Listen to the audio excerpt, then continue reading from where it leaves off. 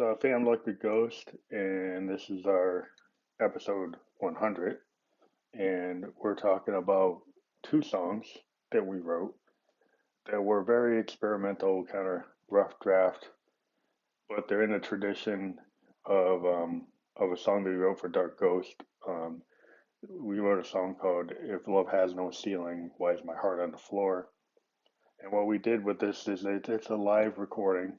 Um, and sometimes we like to do live because we get the feel of the moment, the kind of passion of what the idea of the song is without thinking too much and overthinking it. And so then you have potentially timing changes, missed notes, or but then sometimes the character of a song demands that you be more real and less produced. And so yeah, I actually made a judgment call with this song. So this song is called On Grrrl's Epitaph. There's two versions, 1dB and there's the original. The 1dB has some sound compression utilities that I use to adjust the sound. So the thing about this song that's going on with the song, it's polyrhythmic because what we do is we're using a Moog drummer from another mother, a DFAM, to do kind of we're using a tribal drum patch and we modified it to just kind of be kind of bass focused. And so there's kind of an analog bass drum going through the song. And then on top of it, we've got a BeatStep Pro running on a JDXI EDM drum set, and it's running at like 30 beats per minute, 30 to 40 beats per minute to kind of match what's going on with well, it doesn't actually match because it's a little off the beat. There's some percussion coming from the EDM drum set that's kind of coming in a little off the beat. And sometimes you want to do that when you're writing a song. You have this kind of thing where sometimes the bass line's not going to be exactly on the beat, or the drum's going to be a little off. You think about like the Who. Keith Moon was always drumming, kind of soloing through the whole thing, and he's not really a keep time drummer, or and I kind of am very interested in that type of drumming, and so I'm less into the perfect drumming that you get from a session drummer or like a Motown drummer. I mean, there's a need for that for certain songs, but when you're doing kind of progressive rock or doing something that's a little more experimental, you can kind of play with that a little bit. And when we use click tracks, we use our drum machine. A lot of times, it's pretty straight and we're not playing around. But the whole idea of the Dark Ghost tracks is kind of like this in the ditch concept from Neil Young of having this very loose kind of time fades away, um, on the beach, tonight's the night.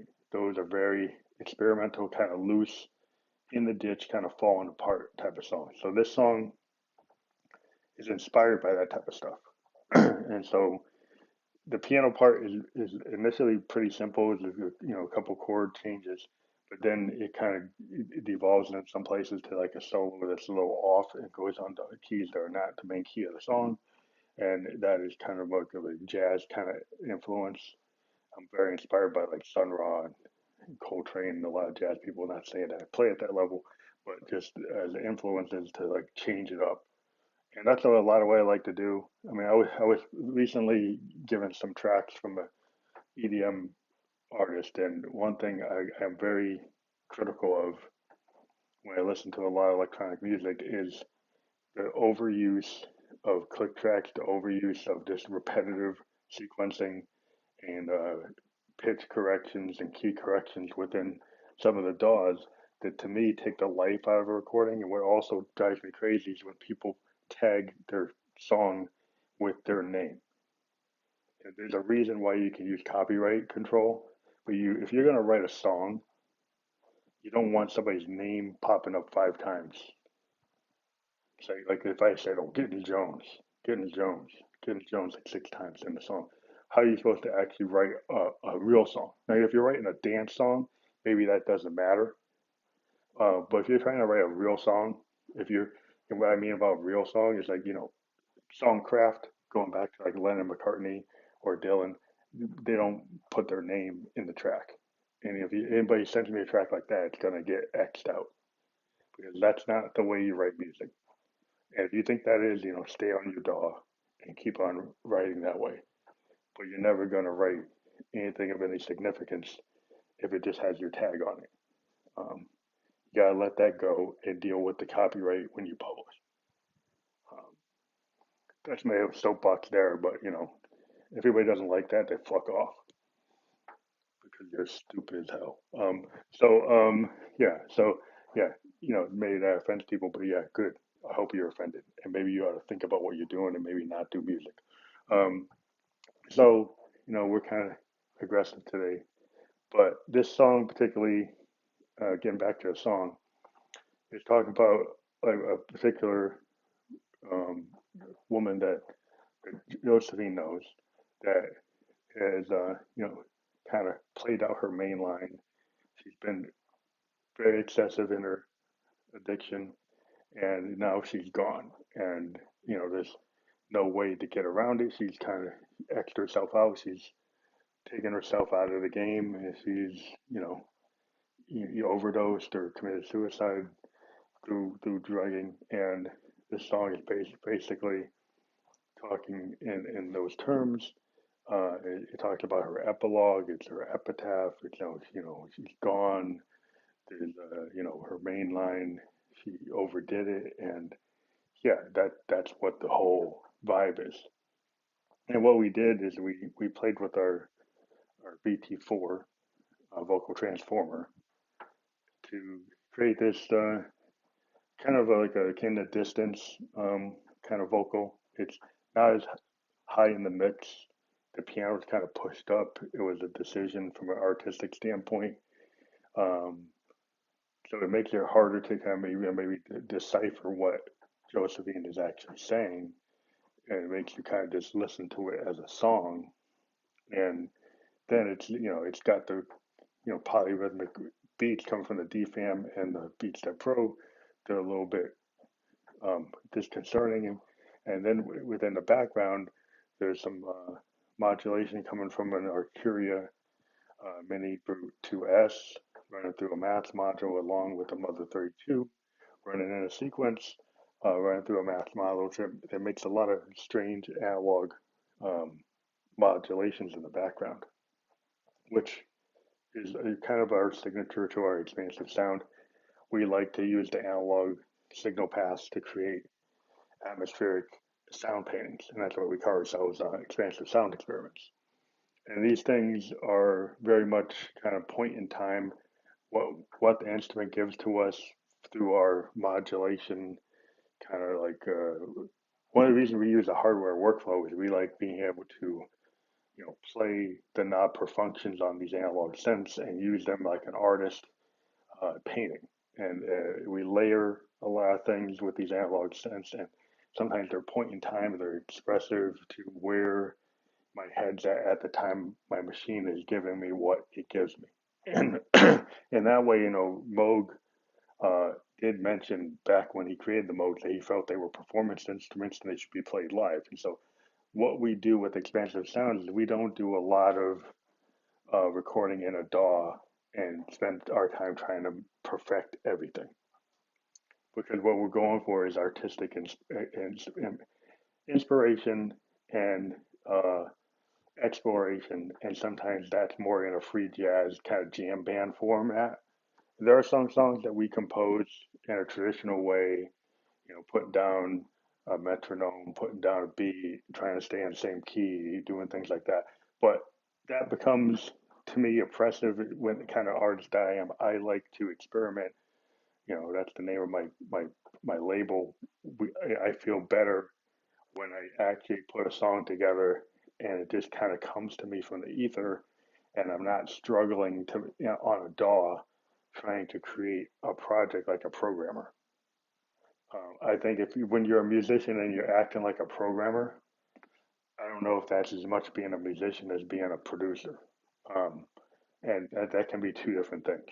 And you could say some producers, they have artistic capability and they are musicians. But I like to write my music by actually playing the keys and playing the instruments and then using that result to make the song. And I will go back and take ideas and flesh them out and refine things when I feel like it needs that kind of definition. But sometimes there are statements that come out like this one where if I go to refine this song, it's not going to capture what the feeling was at the moment. And maybe I will, because sometimes I do. But this particular song is kind of like I said, I go back to if love has no ceiling, why's my heart on the floor? I've never really been able to go back to that song and redo it because it was a very experimental. We used a backward tape loop through the morphogene. We had a lot of modulations that were probably way beyond now that we did with CV. It was like a feeling. I was feeling a lot of loss from a relationship that kind of fell apart, and I was using that as an inspiration. And that was like a point in time of where my head was at. And if I try to go back and do it to make it perfect or refine it, I would actually lose the feeling that inspired the song because my head's not there anymore. My heart's not there anymore. And it will just become a tedious exercise of trying to match or correct things that maybe shouldn't be corrected. And I think people ought to think about how musicians used to record in the studio and that the happy accidents of being in a studio and suddenly getting inspiration at 3 o'clock in the morning, or because somebody had a fight or something happened and they approach what they're doing at that time on the tape and they're like, oh, that's what we want, that's the feeling we want. And to me, music is a lot about feelings. It's not about exactly being pitch corrected or note corrected or you know tone corrected.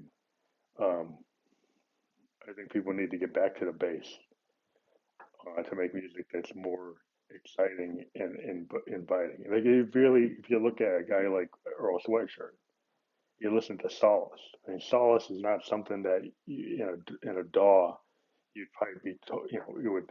There's a lot of stuff that would be always got to pitch correct this, got to change that.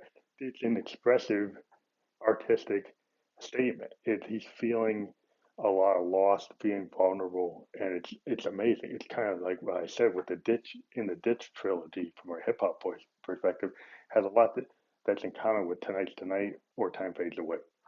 And that's why I very key in on Earl Sweatshirt because he's very experimental. He's not willing to just let a producer try to control him. If you go back to like Doris, it seems like in Doris he was allowing other people to kind of control where he was going. But with I don't like shit. I don't go outside. You start to see his real artistic capabilities on his new album. Some rap songs, the songs that have been released, are phenomenal in their structure, in their ambition, and their goal to not sound like everything else. And I think a lot of people can learn from that you shouldn't try to sound like what's the latest hit. You shouldn't try to keep yourself in the constraints of a DAW. You should use a DAW as a tool, as an instrument, and then, use it to maybe refine an idea, but not be the thing that controls the idea. That's my opinion.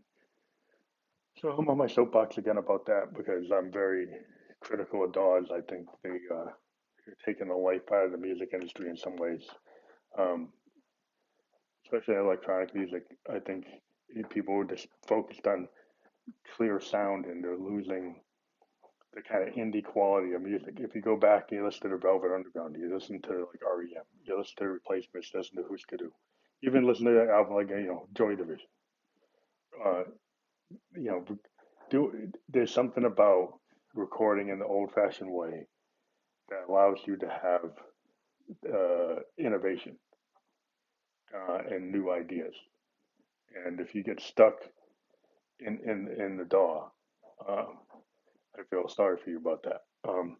Okay, so that's all we have today, and we're gonna be talking to several people in the next couple of days on Anchor. We do have our Jess Davis interview out there, and we did get to talk to her about a lot of cool things. The fact that she's going to be on the Marvel's The Punisher season 2.